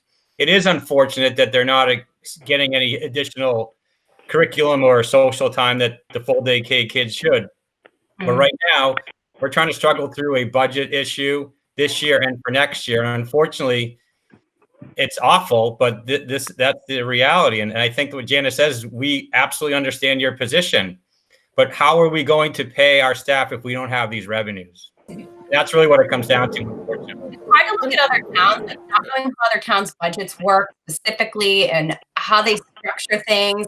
Just know it through different school committee, you know, emails and stuff. It's like every town's, it's awful, but everybody's given. They may have done fund on kindergarten, but they're not going to do something else in its place. So, you know, I don't know. It's hard to know where other towns are at with their budget kind of strengths and weaknesses. It's hard for us to compare. I mean, we can't, because other towns do something a certain way, that doesn't work for our town. Maybe we should model that behavior, because it doesn't sound responsible to rely on a payment for March, whatever, was it the 7th? That's going to support your salaries through the end of the year. That model probably isn't really responsible, in my opinion. Well, you have to understand there are. Yeah, go ahead, Mike. Well, there are contracts involved. you know, you can't give half pay to teachers for when they have a contract, and we've stated from day one that we will honor our contracts, and I think that's a valid concern. I mean, if you're concerned, if people are concerned about the money, if this is a money issue, we are sending bills to anyone who has not paid. If it's a fairness issue, well, I'm sorry, but COVID has turned this into an unfair world, and we're adapting as best we can. Yeah, I understand that, but at the parents' expense. I mean, you're preaching to the choir, because I've never voted for a fee in 36 years. So you're preaching to the choir. These are the problems you get when you rely on fees for basic education. I mean, the Constitution of Massachusetts says every child's entitled to a free and appropriate education. Unfortunately, fees have become the norm, and I hear you, and I've never voted for one. Yeah. Okay. I just wanted to make sure everyone heard my thoughts on it. No, we appreciate it, and we understand them. Believe me, we do. We do. Thank you, Valerie. Thank you. One suggestion that was made to me that I thought was perhaps reasonable to discussion would be, if there are parents with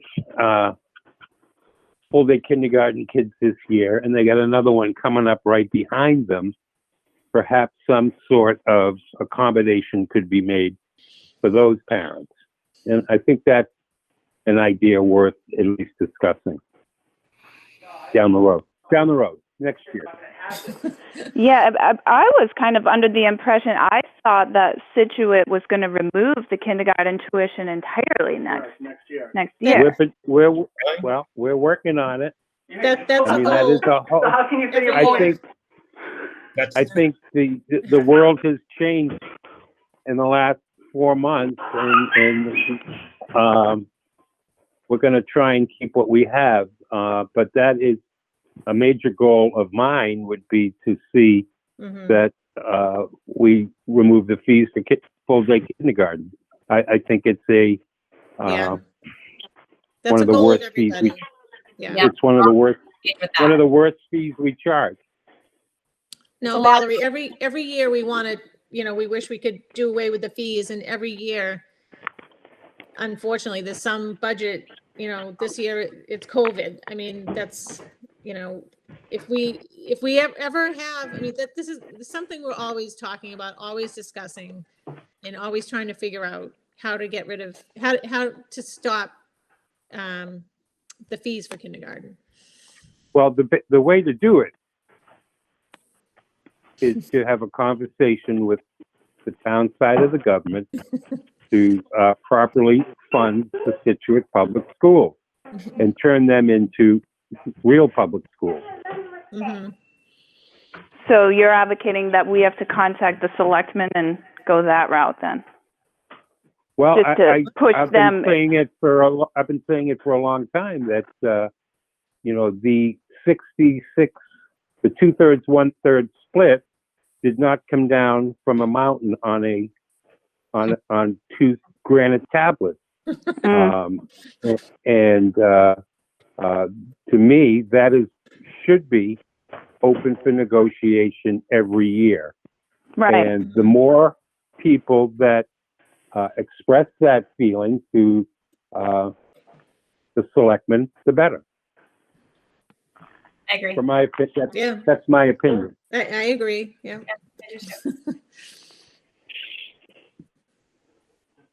Okay, it's Patty's turn. All right. Sorry, no, I don't want to beat a dead horse All right, because Patty, can you just state your name and address, please? Sure, Patty McLean, 145 Captain Pierce Road. I don't want to beat a dead horse because it's the same issue that Valerie brought up, that my siblings have children in kindergarten in various towns around Massachusetts, and they've been reimbursed.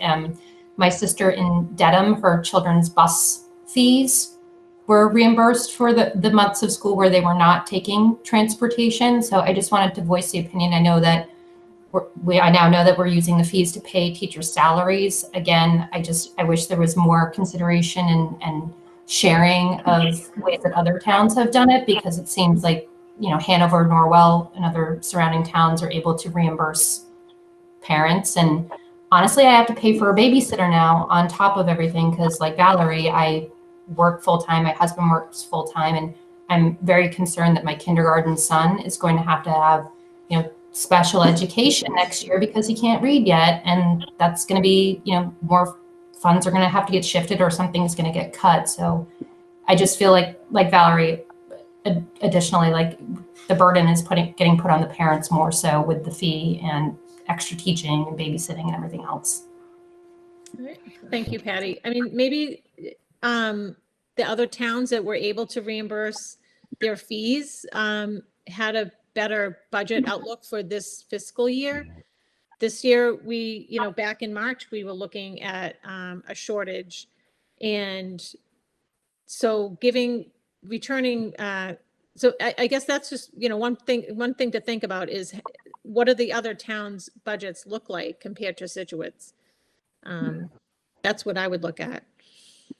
Well, perhaps the other towns didn't have a unexpected influx of special needs kids who it's our moral and legal obligation to pay for. And we had a bigger special ed budget than was budgeted. And it's nobody's fault, but it's just what happened. A fact. Yeah. Right. Also, what's important to consider, I think, is that just in our earlier presentation, Ron had mentioned some of the proactive measures that we're looking to utilize to reduce next year's budget concerns. And some of those include, prepaying certain expenses and so on. So ultimately, what we're looking to do is save positions for next year. And we're potentially able to do that by utilizing the excess revenues we have this year to prepay some of those expenses. So I absolutely understand your concerns. I appreciate the fact that you are aware of other districts and what they're doing, but I'd be interested to see what they're looking at in terms of layoffs. Though we're trying to minimize them, I'm hoping that we can come back to you and say, because all the kindergarten tuition fees were paid, we didn't have to lay off any staff. Obviously, I don't know if that's going to happen, but it gives us a better chance of allowing that possibility. All right. Thank you, Patty. Are there any other questions or comments from the public? No. All right. Then next up on the agenda, let's see. We did correspondence, other business. I don't think we have any other business. I have another business I just wanted to mention. Okay. Oh, me too. Yes. Just in light of the national discussions on diversity and inclusion and equity and such, I think I wanted to propose that we kind of really take a solid look at some of our policies in relation to making sure that we're being extremely proactive on that front. I was kind of digging a little today and reading through, just again, refamiliarizing myself with what we have for our non-discrimination policies for Scituate Public Schools, so policy AC and then ACR, the regulation piece. I want us to really be mindful and focused on these things. I'm sure you guys agree. How important it is for our students and, what we all stand for in Scituate. Just that, of course, I think it's more than just stating that prejudice and discrimination in any form will not be tolerated. I think we have to look at moving forward with next steps in terms of everyone is expected to play their part in stomping out inequalities and discrimination. And I just want to I don't know what that looks like for us as a committee, but I think we should consider reviewing that policy and maybe strengthening it a little bit and setting it more as a very high norm. I think it should be ingrained in kind of every aspect of what we do. I know that, I mean, especially per Ron's leadership report today and, our year in review, I mean, we do absolutely amazing things as a staff of faculty and students. But I just think that there's so much more work to be done given what has happened this past year, especially at the high school. And I don't know, I want us as a committee to be able to brainstorm how we can support those efforts and use our abilities that we have and strengths to sort of that stuff forward. I know that our faculty's done a lot in that they've worked on, diversity, looking at our ELA and history, curriculum reviews. And Ron and I talked a little bit about going beyond that. What are the next steps? I know this is obviously a discussion to sort of bridge with Mr. Burkhead on going forward through the summer, but I guess I wanted to put that out there for all of us to sort of think about what that looks like, what we can do that's actually concrete and constructive. No, that's a great idea. And I think, just hearing about and reading about all this stuff the students in Scituate are doing is phenomenal. I think it's we should be proud of them for being so proactive and maybe including them on those, what are they, they're the ones that we are enforcing these policies on.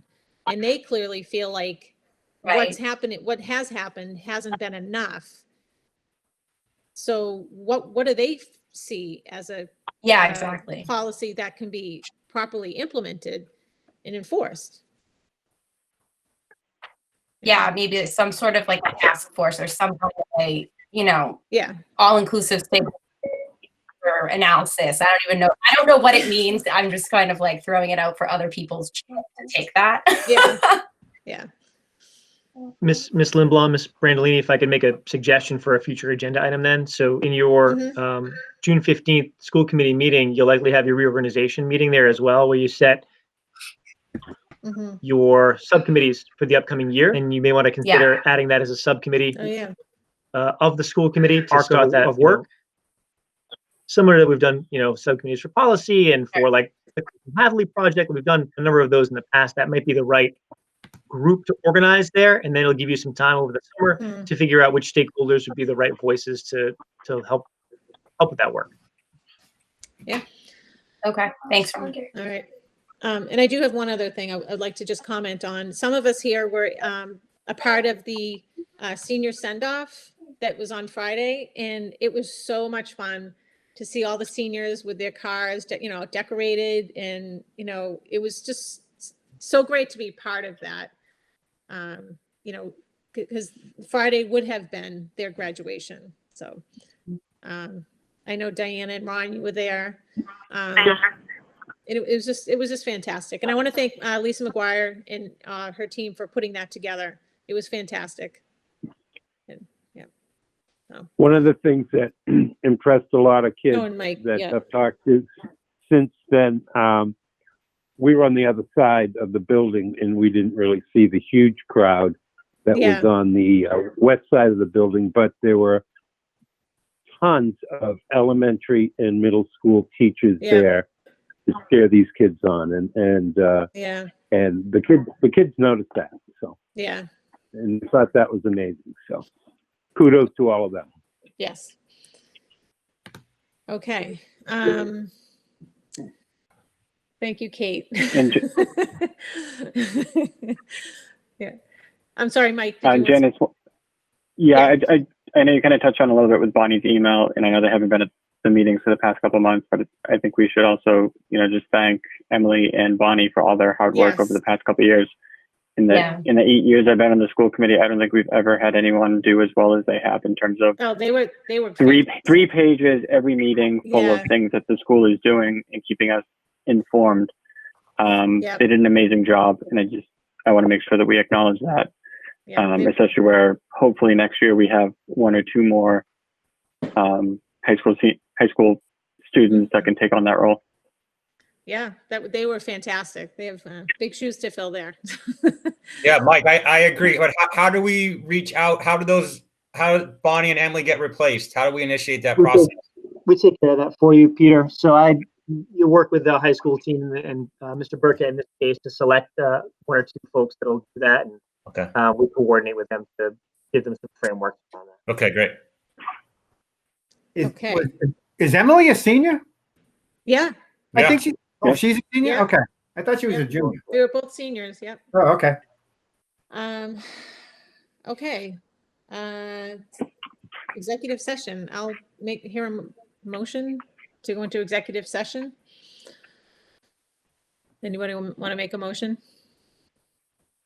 I'll make a motion that the school committee vote to adjourn the meeting and enter executive session by a roll call vote at 8:01.